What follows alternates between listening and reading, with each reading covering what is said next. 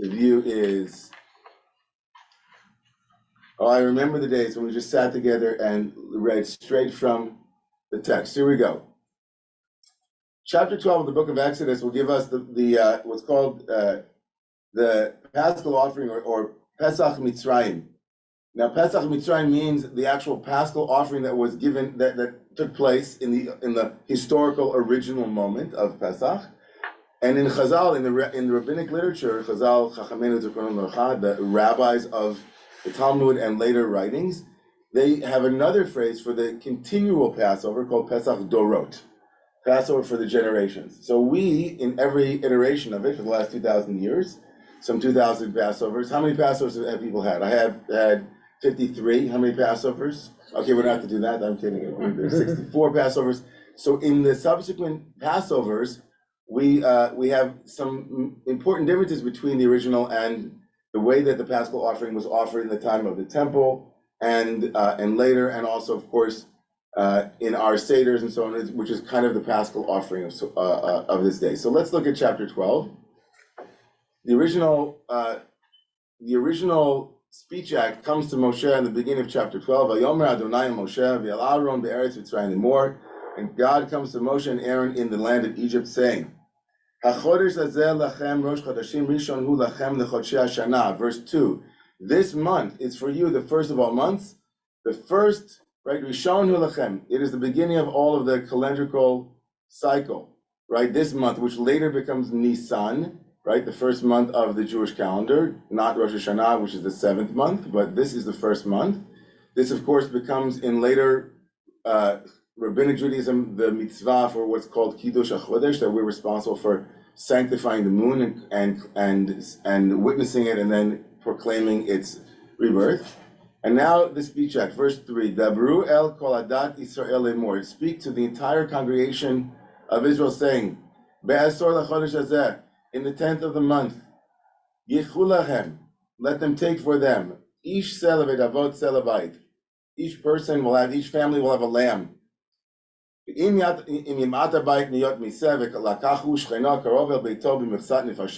4 says, if there's not enough people in the home to have, right, for the entire meal of a lamb, it's a lot, right? Then you can join with your shachen, with your neighbor, who is close to your home, and according to the number of people, michsat nifashot, ish lefi achlo tachos v'laseh. Each person, according to the size of their household, will eat a lamb. The most important thing here is to eat a lamb. And the Torah gives you, if you're too small a home, or right, if you have to join with others as well. The point being, there is a lamb being eaten, and the lamb has to be tamim in verse 5. It has to be whole. It has to be without blemish. A male lamb, ben shana. It can also be a lamb that is from the goats, or it can be a lamb that is from the sheep. Either way. Now, vayalachem. This is very important. Okay, I haven't pointed out yet what the differences are, but let me go back and just say that the taking of the lamb on the 10th of the month is going to be something we'll come back to, because it's obviously, the rabbis see that as a unique instance of what took place then and does not take place in future generations.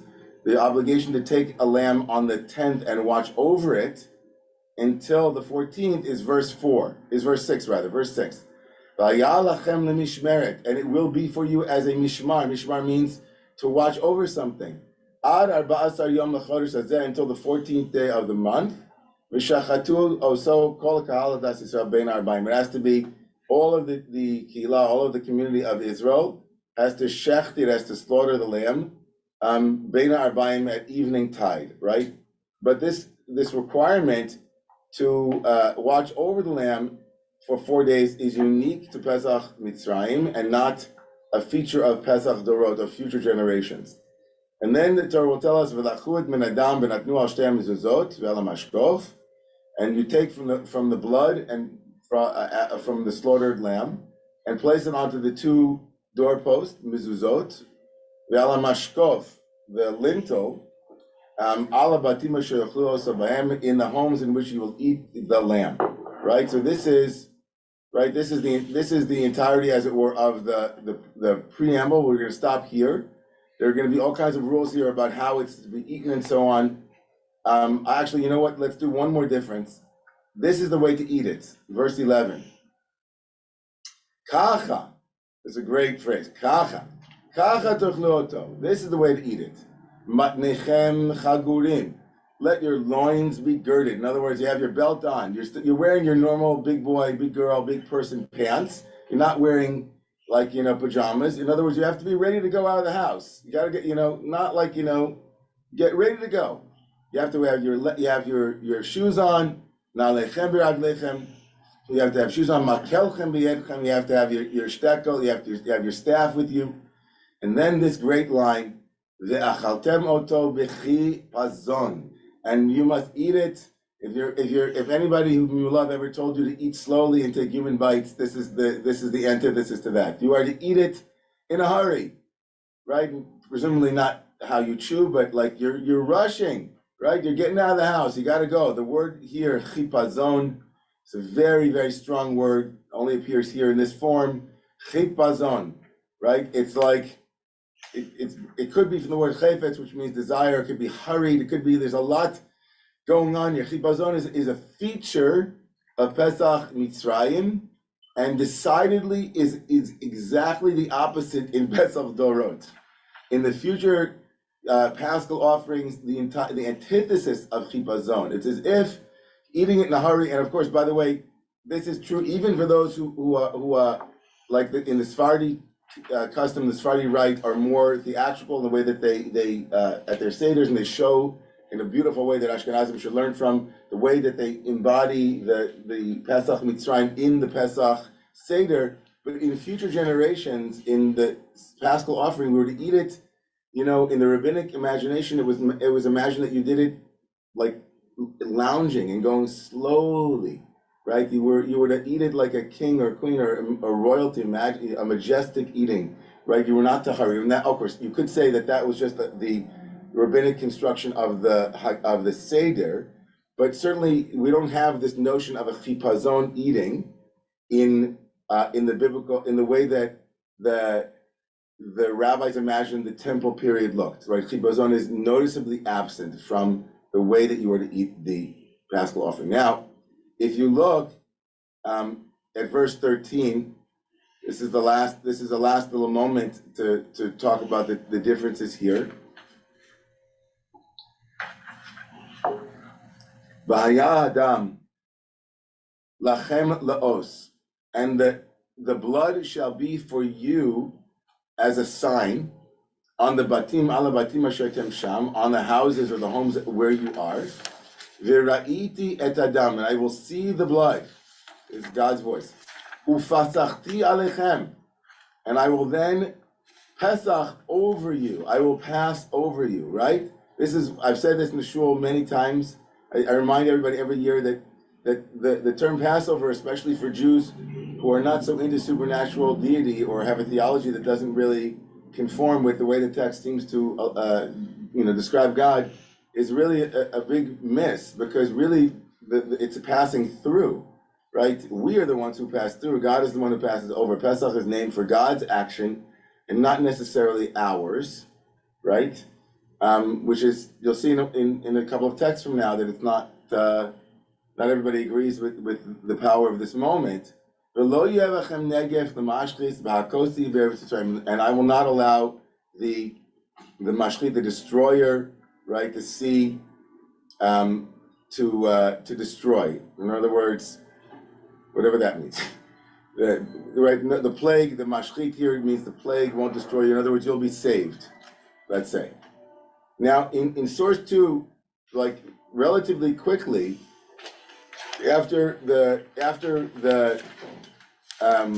this first speech act, now Moshe decides to go and tell the Jewish people this commandment, right? So when Moshe tells the Jewish people this commandment, it's not exactly like God said to him. And it's kind of funny because in other parts of the Torah, when Moshe gets a divine communication, he has to go and give it to the people very, pretty accurately. If you look at this, it's a little bit odd, because it's not repeated with great accuracy. A lot is added to it. I don't know what happened. Did the screen get dark or something? Yeah. Is that me? I don't know what happened, if that's a screen thing or. The screen's fine on my end. Yeah, okay, in here it's a little bit darker, okay. Vayikra Moshe l'chozik bnei Yisrael vayomar lehem, we're in source 2, verse 21 in the same chapter. In other words, we went from chapter 12, verses 1 through 20, and now we're in 21. So now Moshe calls to all of the Zakinim, all of the elders, and he says to them, okay, now you all have to deliver this message. You're my distribution network. Go tell everybody, Mishchu ukechu lachem tzon lemishbechotechem v'shachatu ha'pasach. Now, presumably, this encapsulates, right? Is this the go take it early business? Like, this is Moshe saying to them, go get it, and go tell them to take one on the 10th and watch over it, right? So that's noticeably absent. And also these two verbs that seem to be redundant, take, like, go and pick one, or mishchu means, moshech means to pull towards you. Like, God didn't say pull and take. And are these two verbs the same thing? Are they the same act? Is it just a redundancy for the sake of emphasis, or is it actually two different moments here, and why? Take one, a tzon, a lamb, and bring it to your homes, and then slaughter it for the Pesach. And then verse 22, Ulekachtem agudat ezov utevaltem badam asher basaf. And then Moshe adds this, take a hyssop and dip it into the blood that is in the basin, and then approach the lintel and to the two mezuzot, turns them around, and take from the blood asher basaf v'atem, and lo tetu ish mipetach beso ad boker. Then Moshe adds, don't leave your home until the morning. And then verse 23, v'avar Adonai din govit Mitzrayim v'ad adam, and then God will pass over, or not pasach, but there's a different word. God will go over to strike the Egyptians, and will see the dam al mashkof, and God will see the blood that is on the mashkof, on the lintel, and on the doorpost. Ufasach Adonai la petach, and God will jump over the petach. It's a great alliteration, especially if you're Ashkenazi. Ufasach Adonai ala Pesach.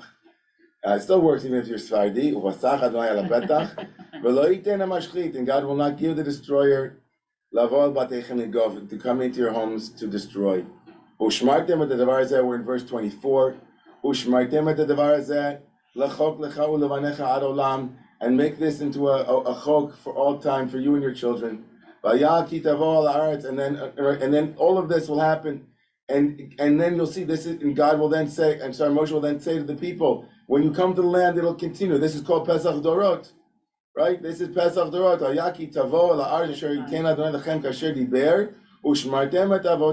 This is verse 26. This is a charge that is not a one-time moment. This is a continual moment for all generations to come. And this verse 26 is the source for the Haggadah. And when your children will say to you, what is this rite, this paschal offering? In verse 27, this is a paschal offering for God. In other words, this is for the Passover of the divine. God passed over the homes of Israel in Egypt in killing or in striking down the Egyptians. And God saved their homes, and then apparently Vayikod Am Vayishtachavu, the last three words in verse 27 rather, are, and the people all bowed down and said, okay, we get it, we'll do it. Vayelchu vayasu b'nei Yisrael kasher tziva Adonai Moshe v'Aaron ki nasu, and they went and did everything that they had been told. Now, let's look at some of these differences. Let's look first of all at the general differences between these two parshiot, and what's happening here, that Moshe changes everything or adds things and aligns over other things in his speech act. So in verse 2, Nachmanides says, Haparsha hazu mikatzeret. This is Maimonides in source 3. This chapter, meaning what just took place, is a kitzur. It's a kind of a general shortening of things. Vasher tzivah Adonai, right? That Moshe comes to the people in verses 21 and gives it over to them. It gives it over in its complete detail and adds some details, but the parsha doesn't tell us everything that it had just repeated, right? It could have, there are some things that Moshe added.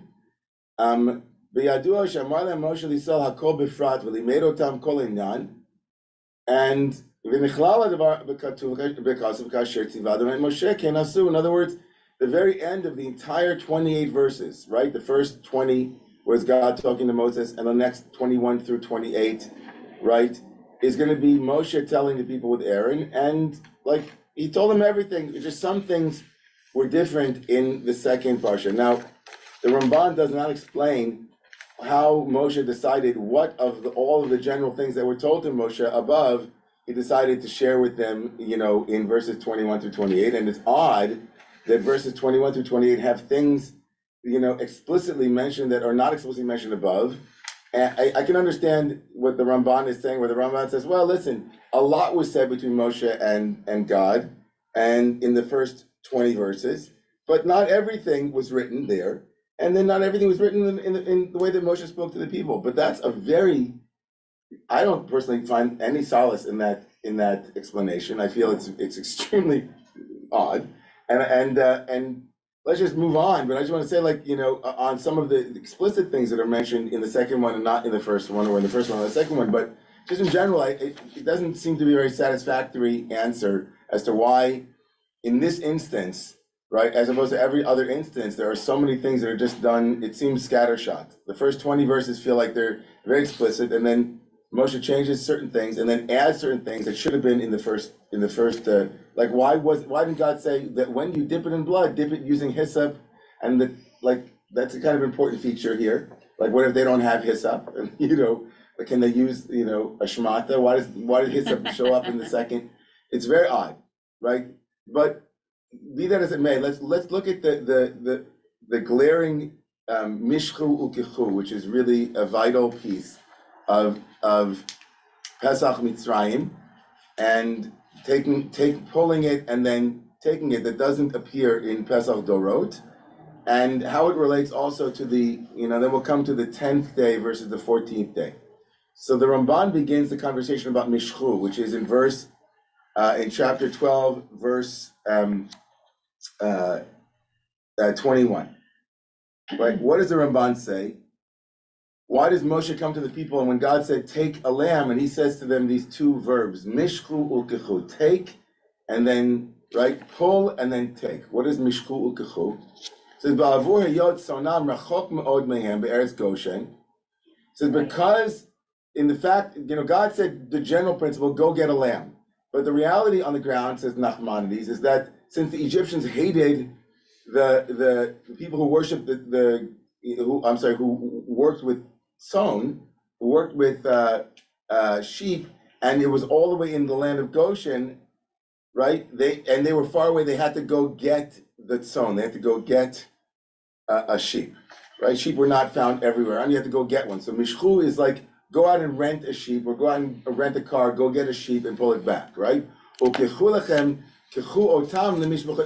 here means take, means like connecting it to the family. Go get a sheep and then take it to the family, right, and your home. That's the way the Ramban works with these two verbs.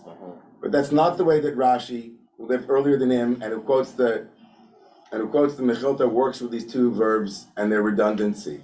So Rashi in source 4 says, Mi sheyesh lo tzon yimshoch mishalo. So Rashi says the reason why we have two verbs is not because the sheep are far away and you have to go get one. It says, no. The same group of people, it's not about geography. Some people had sheep. So if you had a sheep, mishchu, go get one. Kechu means go buy one, right? If you don't have a sheep, you still need to get one. Even if you don't have one in your home, go buy one. Mishchu means, if you have a pot at home, mishchu. If you don't have a pot at home, go on Amazon, ukichu, and get one, right? So in Rashi's understanding of these two verbs, these two actions that Moshe adds to the whole general project of go get a sheep, Rashi adds that, sometimes people have a sheep, sometimes people don't. And so mishchu ukichu here means mishchu, and u means okichu, not and take. He means mishchu, pull or take from what you have. Or kichu, go buy one, go acquire one. Okay, so both of them they're all both working on a very like shot or precise, like what's the commandment here, not the meaning structure of it. And that's not the only opinion, because Rashi left out a much more profound meaning of why what Moshe added to the unique Passover of Egypt, and why taking a sheep and taking it early involves mishku, like pulling and taking. So Rashi left out an opinion in source 5, which is from the Mechilta. Rashi only brought the two earlier opinions from the Mechilta, and the Mechilta, which is a very early source of midrashic material, had an opinion that's in source number 5, which I think is going to get us going here in the open book. There's an opinion that Rashi, for some reason, elided over, decided not to use, and it's an opinion of Rabbi Yossi Haglili, Rabbi Yossi from the Galilee, who said that the reason why Moshe, in his repetition of the divine command to take a sheep and to take one early, and then to watch over it, which we'll get to in a moment, the reason why Moshe decided to use two redundant verbs and activities is because it speaks to two different moments in the entire warp and woof of this, the whole weave of why we were even to have a Paschal rite to begin with. Mishku me'avodah zara v'hidabeku b'mitzvah. Rabbi Yossi Haglili, Rabbi Yossi from the Galilee says the meaning of Moshe's tzivoy, of his commandment, is he gives the people two distinct energetic activities. One is remove your hands, not mishku. Mishku has nothing to do with the sheep. Mishku, which means to pull towards you, which again, according to the Midrash, can be, mishku is all about the sheep, right? Go get a sheep, go get one if it's all the way far away, go get one. Mishku could be like you have one, so go get it. And tichu means go acquire one. It's all about the actual sheep itself. But for Rabbi Yossi Haglili, he says, no, when Moshe came to the people, he said that here they are, and they're completely idolatrous and idol-worshipping people. And when Moshe says to them, go get a sheep, he says, before you go get a sheep, make sure you put down your worship of the sheep, or your worship of the idols. And the word mishlu here means remove your hand from that which you are engaged in, make a shift, and ready yourselves to now attach yourselves to hu, means now go attach yourselves to a mitzvah. You're not yet ready for this mitzvah. You've got some preparation to do. You have to put down your addiction before we get, like, it's a remarkable, basically completely turns from a very functional, very instrumentalized, like, hey, there are instructions on how to go get a lamb. No. There's a spiritual preparation that's involved in these two words, mishku, kechu. And in this, he's echoing source number 6 here. The Shmot Rabbah, an early midrash, another midrashic source, which is a little bit fuller in its understanding of what Rabbi Yossi Haglili is pointing to. See number 6, source number 6, V'chein ata motzei. And so we find with the Israelites, Shayu Mitzrayim, Ayu Ovdin Avodas Kachavim, V'lo Ayu Ozvin Ota. The rabbis who were living at this point in history are saying that the Jews or the Israelites that were found in Egypt were involved in idol worship, and they didn't want to let it go, as the prophet Ezekiel said, Ish et shikutzei enehem lo ishlichu. Each person with the abomination of their eyes, they wouldn't send it away. Amar lo HaKadosh Baruch Hu Moshe, and the Holy One of Blessing said to Moshe, Kol zman sheYisrael of leLokei Mitzrayim lo yigaelu. He said all the time that the Jews are serving the God of Egypt, they will not be redeemed. Lech ve'emor lahen. Go tell them, she'yanichu ma'aseihen hara'im v'lichpor be'avodat kochavim. Let them drop their hands away, put it down, their evil ways, and let them reject the idols of Egypt. This is the meaning, says the Midrash, of Mishchu u'kechu lachem. This is the meaning of this verse, right? Mishchu, pull and take for yourselves, mean mishchu yidechem me'avodot kachavim, means pull your hands away from the dial, from the button, from your practices, right? U'kechu lachem tzon, and now go do a mitzvah. Now go do what is right. And then this last line, which we'll get to in a moment.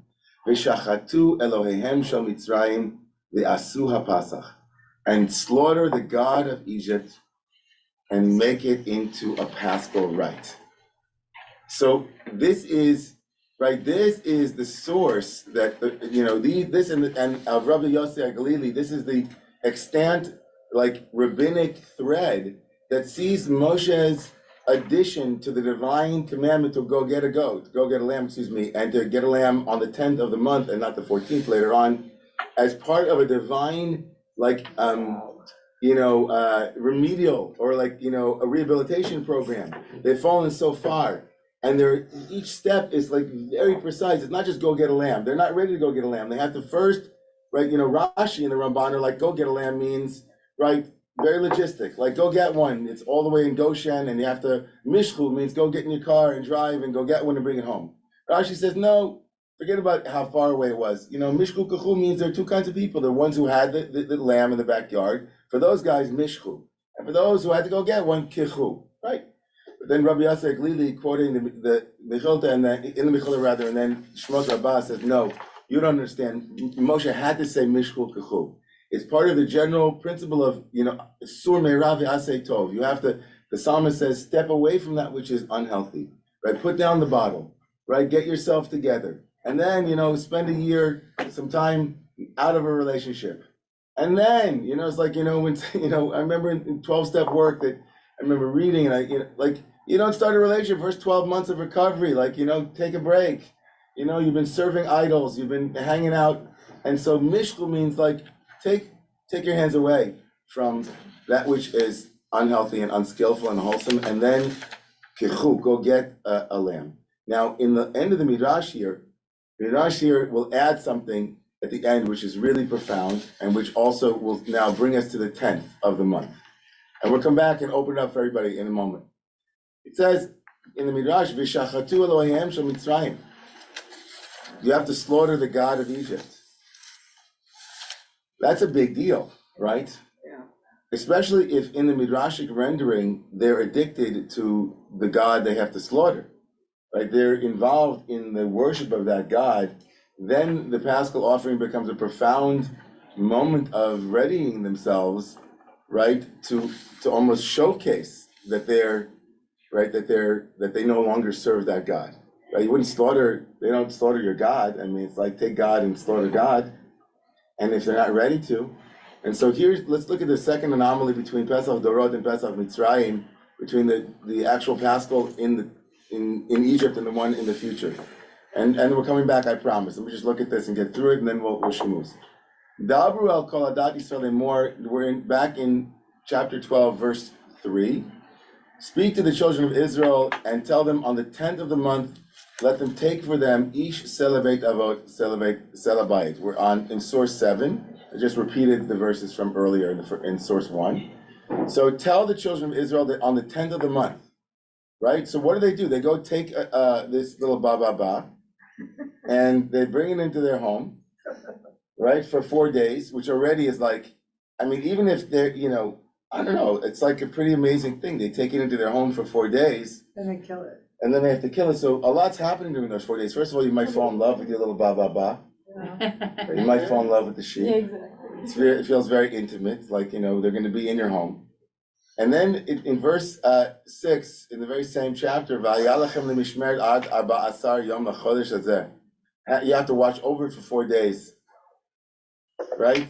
So what is the significance of this difference between Pesach Mitzrayim and Pesach Dorah? So first, you can say that this didn't come through. Wait a second. Oh, okay. I see. It's all over there. Okay. So so Rashi underscores in source 9 that there is a difference between the future generations and the one in Egypt. So taking it on the 10th was a feature of the Egyptian Passover and not the future ones. Okay, that's just to show you that, right? Now look at the way that the layout here is horrible. Let's go to the next one. Okay, look at the way Rashi will bring the Mechilta on why do you have to keep it and to watch over it for 4 days, right? So according to Rashi, again, starting off with the rabbinic infatuation with Jewish law, with law. Sheta'un bikur mimum arba'a yamim kodem shechita. So it's very anachronistic because the laws of shechita that are later enacted a couple thousand years later require that every single that you have to check an animal to make sure that it has no mumim, it has no blemishes, so that this is kind of an early instantiation of it. Okay, fine. Let's just get past that for a second. Right. So let's just talk. He then goes into something else. He says, why do we bring it in 4 days before it's slaughtered? In a way that in future generations will not take place, right? Rabbi Matya ben Charash Omer. Rabbi Matya, the son of Charash, would say, Harayu Omer, ve'evor alayich ve'erech v'hinei itech eight dodim. It says in Ezekiel 16, right, that I passed over you, right, and I looked upon you, and behold, there was a time of love happening. Higia Shavuash Nishbati LaAvram. This is all midrashic extrapolation and expansion. The time for the promise that I made to Abraham to redeem you had come, and you had no mitzvot. But you had no mitzvot. You had no merits in which to to merit being redeemed. Litasek bahem kadesh yigale like you weren't redeemable.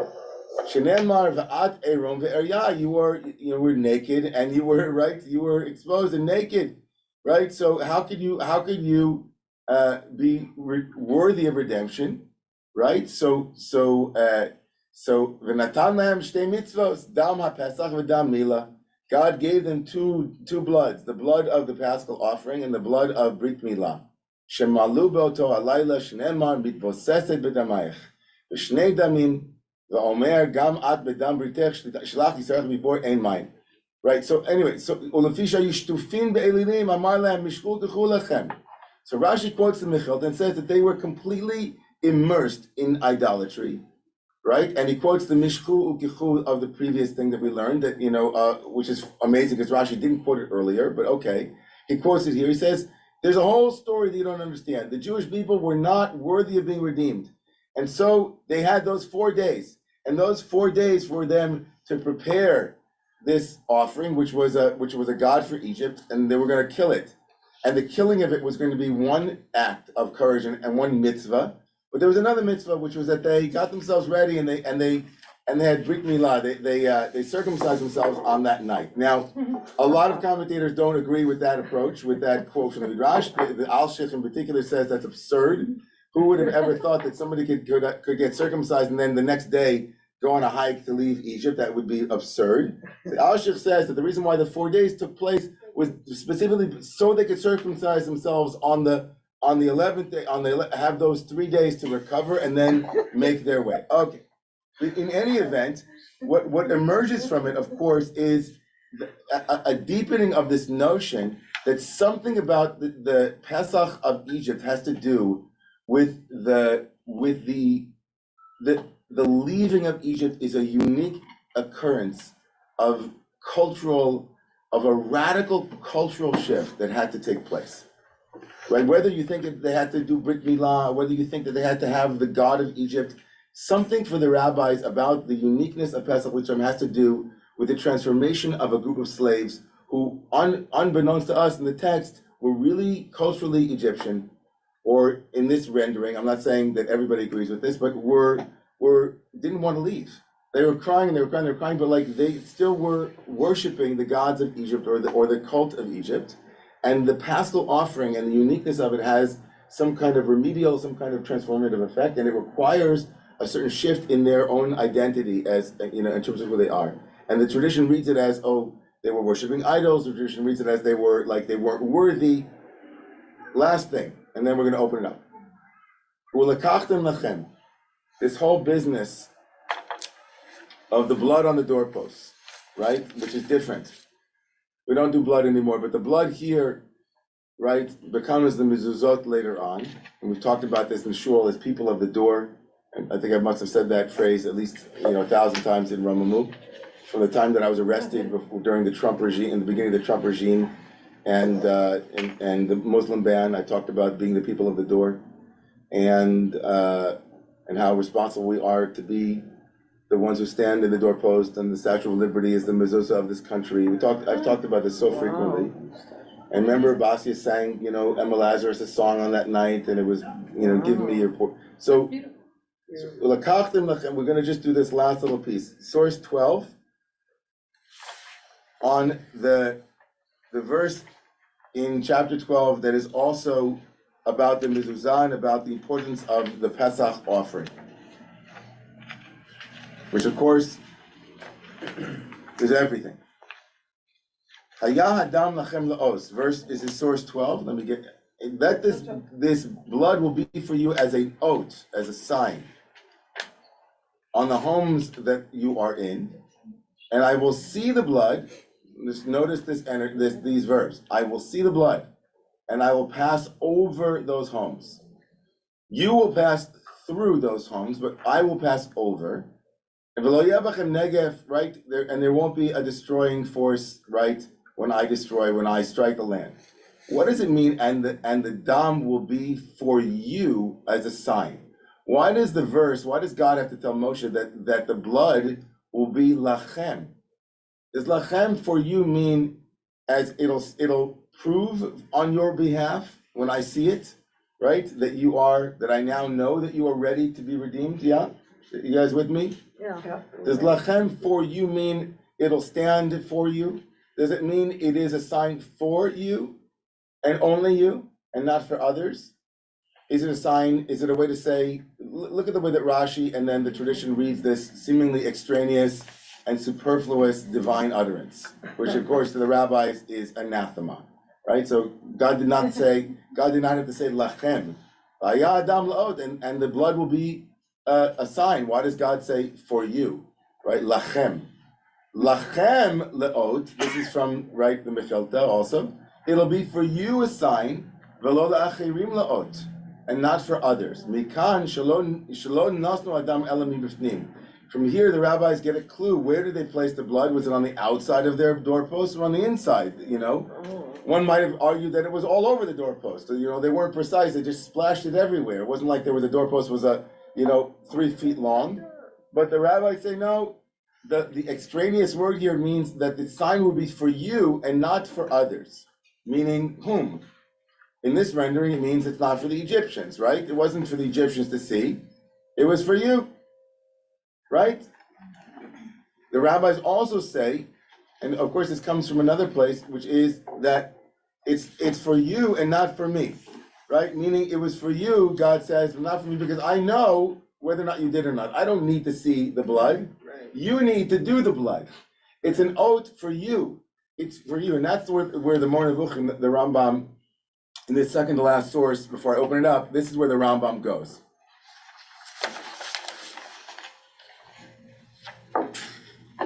The Rambam says, he says that scripture tells us that and Onkelos, the great interpreter of Torah, the great commentator on Torah, that the Mitzrim Hayu Ovdim Mazal Talah, we're in source 14, on the second to last page. That they you love this, Alina, they loved Aries. They used to worship Aries. And because of that reason, they said we can't slaughter any sheep because we love Talah, we love Aries. And they hated anyone who was a shepherd of the flock, right? As it says, "Hey nizbach et tuavat Mitzrayim." It says in the Torah, are we gonna sacrifice the god of Egypt, right? And they're not gonna stone us. They'll stone us to death. There were people, the Sabians worship demons. Right, the reason they would come back in the form of goats. This was widespread idolatry or worship, and for this reason, these sects abstained from eating goat's flesh. And so it goes on. This is amazing. The Rambam it talks about the Hindus and Hodu, right, in India. So the people in India, they don't allow us to slaughter cows. Right? Like it goes through the whole thing. This is in the 13th century, in the 12th and 13th century of the Rambam. To this day. To this day. Educated. right? Right, so all of this, the Rambam in the Moreh Nevuchim is saying, right, that this is all a part of what was extant, right? And therefore, he says, right, and in order for us, the very act which is considered by them as the greatest crime is the means of approaching God and obtaining God's pardon for our sins. In other words, the Rambam reads all of this as a way of saying, oh, you think that has power? We're going to slaughter it. Right? In this manner, evil principles, the diseases of the human soul, are cured by other principles which are diametrically opposed to them. And this is also the reason why we were commanded to kill a lamb on Passover, to sprinkle the blood outside of the gates. We had to free ourselves of evil doctrines and to proclaim the opposite, that the very act which was then considered as being the cause of death would be the cause of deliverance from death. And thus they were rewarded for performing openly a service, every part of which was objected by idolaters. So for the Rambam, for Maimonides, and in this way for others, this was a sign of our own willingness and our own availability, right? Keeping the sheep there for 4 days. All of this was something that was unique to Pesach Mitzrayim, to the Passover of Egypt, but not the Passover of future generations. By the way, that's also problematic because there's a point where in Jewish history, maybe there was never a point where we weren't worshiping idols on some level, and maybe we should have consistently had some annual ritual where we take the God that we worship that year and slaughter it too, or sacrifice it. Maybe the golden calf of Wall Street at some point, or maybe other idols, maybe the golden statue of the various Emmys and Grammys and so on, the worship of entertainment. We should have that as our Paschal offering each and every year in modernity, or maybe at some point. But it's remarkable, because for the Rambam, it was a sign for us. Now, there are others, the Ksava Kabbalah, Rav Yaakov Leckenberg says, and others said that no, it was, you had to do it on the outside of the doorpost because you had to be willing to be in danger slightly, like almost like wearing a yarmulke now. That's right. Like what happened what happened where Jews were murdered in Eretz Yisrael in Jerusalem last night just because they were standing outside of a shul, right, in Jerusalem last night, and so there's a certain wearing a kippah today might be analogous to to putting blood on the doorposts, back in the time of Mitzrayim. Like being able to be out and say, this is, this is who we are and this is where we stand. But to some degree, these are the differences, some of the differences. There's another very big difference that hopefully we'll get to in the last 5 minutes. I'm gonna open it up for 10 minutes about the hurried aspect that existed at that time and the very leisurely aspect that happens now in our Paschal celebrations. We have a teaching from the Hasidic master, Rav Tzaddik HaKohen, which is the last teaching, but I'm gonna open it up now for some comments in the room and in the Zoom. So, in the room, go ahead, Wendy. Okay, hi. Hi. Three things. Number one is curious that the month of Nisan is astrologically associated with Aries. Good point. A coincidence? Who knows? Whatever. No, it's not a coincidence. Of course not. Yeah. Ibn Ezra says that's why. Yeah. Right. And number two is when Moses takes liberties with God's words and doesn't say it verbatim, that's kind of like a foreshadowing to me of Devarim. Because in Devarim, Moses takes the previous 4 books and doesn't reiterate it word for word. He kind of gives his little artistic spin on it. So this is like a foreshadowing of Devarim. And also with the blood on the doorpost, I think is what was then used as a model when the Kohanim put the blood on the Mizbeach. On the Mizbeach. Right. It was I see it as a model for the Kohanim later on. And I mean, on an allegorical level, the blood of the god of Egypt is also saving it, meaning by using the blood, there's a way that the text allegorically is saying, you don't spill the blood on the ground. Like the energy of that, and Rav Kook writes about this quite a bit, the energy of idolatry or the energy of the thing that is being invested in. Let's just use, whether there's a whole polemic about whether monotheism itself was a very, what's so bad with polytheism? I'm not getting into like judging polytheism and idols. I'm going to get into that stuff. It's like, I'm a Hasidic Jew, a neo-Hasidic Jew. So for me, the energy of that which has been invested with absolute power, which is really a mistake, not because you're a bad person. It's not a moral judgment, but it's just ignorance, like the Buddhists would say. But that it has aliveness, Rav Kook would write. So the blood itself is the life force of that idol.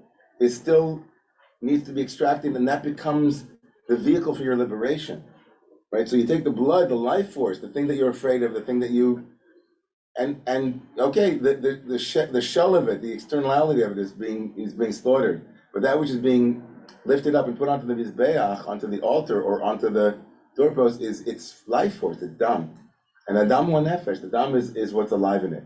So I love that, Wendy. Okay, Beth, gonna go back and forth. Beth, go ahead. Shabbat Shalom. I have a different take from all these commentators on why Moshe elaborates on what God has said to him. And that has to do with levels of authority and power dynamics. At this point in the narrative, this is really, really early in Moshe's interaction with the people. And he's like a brand new supervisor. A brand new supervisor doesn't have the same level of authority as the owner of the company, which metaphorically, in our case, would be God. And so the underlings perhaps need more convincing from this new supervisor than they would need if they got it from the person who owns the company. And I think that dynamic may explain why there's more elaboration, that Moshe's trying to be explicit, or possibly he's just stumbling over his words and he's getting caught up in trying to explain and tell the people verbatim what God wants them to do, and he can't quite get it together. Yeah, I like the first shot. I like the first explanation you gave, that maybe it's a strategic pedagogy that he's using, and in a particular instance, it just doesn't fully explain why it's so unique, this moment. I mean, we don't have another instantiation of 20 verses of direct communication and Moshe going back and only giving part of it. Usually Moshe will either give it in total or say, thus has God spoken, and he told the people. But yeah, I like the first one. The second one with the stuttering and maybe he got migum, could be. And again, it doesn't explain why in other places it's not the case. But yeah. Okay. In here, I think Elliot, you were gonna. Okay. I mean, you don't have to. We have plenty of people in the Zoom that if you. No, the first thought I had when you first were speaking was that no wonder Moses had to go to Pharaoh a lot of times, was because the Jewish people had to get to their level of freedom. It was like, I love the idea of this being our recovery. Yeah. The analogy to recovery. Yeah. The other thought I thought was Aries is like the self. So in a way, getting over that sense of just me and going toward God. So it's like that healing seems like interesting. Yeah. So it's like you went only as an astrologer, you could go there. So the Aries comes to represent like the young self also, like, or the I, yeah. And that had to be, as it were, let go of, so soon in the vigor, yeah. Mishchu, right, nice. Jay, go ahead. Shabbat Shalom. I have a question based on something that was really bothering me. I actually focused on the Pesach Mitzrayim in my last Seder. And we have Dam al Shtei HaMezuzot. Everybody talks about the blood on the two doorposts. We have the mezuzah that kind of carries it forward. What happened to the mashkof? What happens to the lintel, to the thing that ties the two doorposts together, is the basis of the whole structure that we go under? It seems to me that has incredible spiritual resonance to it. How has that been carried forth in the tradition? Where is the mezuzah there? How is that played out? Because And in fact, Moshe reverses the order. God first puts the mezuzot, then mashkof. Moshe reverses the order. What has been done with the mashkof in our tradition? A really, really good question, and you have to look up the sugya in the Gemara. The Gemara has a whole reason why the mashkov is no longer included, and it comes from their, like again, it's an exegetical principle that they employ in order to reduce like the totality of it into one side, and the Gemara goes into that, but the remnant of the mashkov is also on the inside in homes, right? There's a Chanukah Tabayit that always takes place where there's a certain part of the home that is always consecrated inside of the home itself. But it's a great question, and I think that ultimately, if you want to speak about a meaning structure, it could be that only in Pesach Mitzrayim we were reborn, and that's why you had to have blood on all sides, because it's a shamanistic moment of rebirth. We're in a womb, and the door becomes the womb for all of our rebirths, but it's not actually reenacted in future generations in quite the same way. And that also has to do, I think, with the transformation of blood to text, which is also part of the rabbinic structure, from blood to ink. But yeah, it's a great question, Jay. I want to give you a better answer, so I'm going to go do some more research on it and go back on the sugya, and then come back with a better answer for you. And Ilana, go ahead. Sorry. Nice job. Beautiful. Yeah, that was fascinating. All of this is fascinating. I was really struck by just the idea of needing to kill the thing that is oppressing you to become free, and transform, not necessarily kill, but maybe transforming it into a symbol of freedom or a tool toward freedom. And it just rang a bell for me of sort of like taking down master's house with master's tools. And what are the implications for that? If we use that as kind of like a model for accessing freedom, and I think you talked about it sort of in the personal recovery way, and what is it?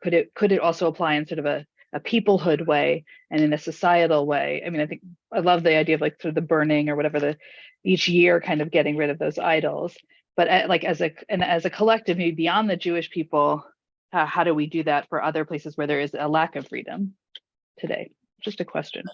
I think that's a great. I mean, that's it, everything about this understanding of the mezuzah. I mean, you didn't need all these texts, but it's good that you saw all of the way that our tradition has thought about it for the last 2,000 years. But there's no doubt that it's the ultimate symbol. Once you think that the God of Egypt is a lamb, then this entire moment becomes fraught with confronting that which has oppressed you, or that power which has oppressed you, or the power that belongs to the Egyptians. And by the way, there are some commentators who say that once the Jews slaughtered the Egyptians, part of what slaughtered the lamb, that to some degree it gave them a capacity to see the Egyptians as more human, even though they were their oppressors. Meaning, like when they saw that which was giving power to the oppressor was really itself not powerful, like the Wizard of Oz, right? Not like they were, like it was a very profound social construct that needed to be dismantled.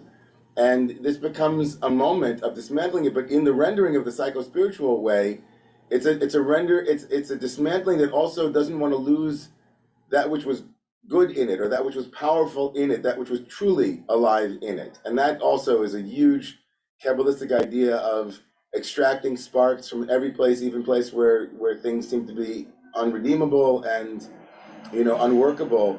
So yeah, it can apply in all of those different ways. The mezuzah is, in my humble estimation, perhaps the most important Jewish symbol that is the least recognized and honored in certain ways. Like I'm over at the 92nd Street Y, and they have mezuzot on the inside set of doors, but not on the outside set of doors. And I'm wondering why. Like, is it out of fear? Is it too Jewish? Yeah. Is it like you don't want people to know that this is? I mean, there's something about the mezuzah that is really deeply triggering for Jews now in a certain way. Like it's almost too Jewish. It's magical. It's a totem. There's a lot about it, and I think that it manages to be both a very particularist idea, as we just discussed. Jews put mezuzot on their doors, not everyone, and also a deeply universal idea here, as we have been kind of to tease it apart. Now I'm going to say, the last source here, if you guys don't mind. It's one of my favorite Torahs. It's a little teeny Torah. It's a very small, beautiful Torah. It's like a little itsy bitsy Torah. It's the first Torah from Rabbi Tzadok HaKohen from Lublin in his book Sikat Tzaddik. This is from the 19th century master Rabbi Tzadok Rabinowitz from the city of Lublin.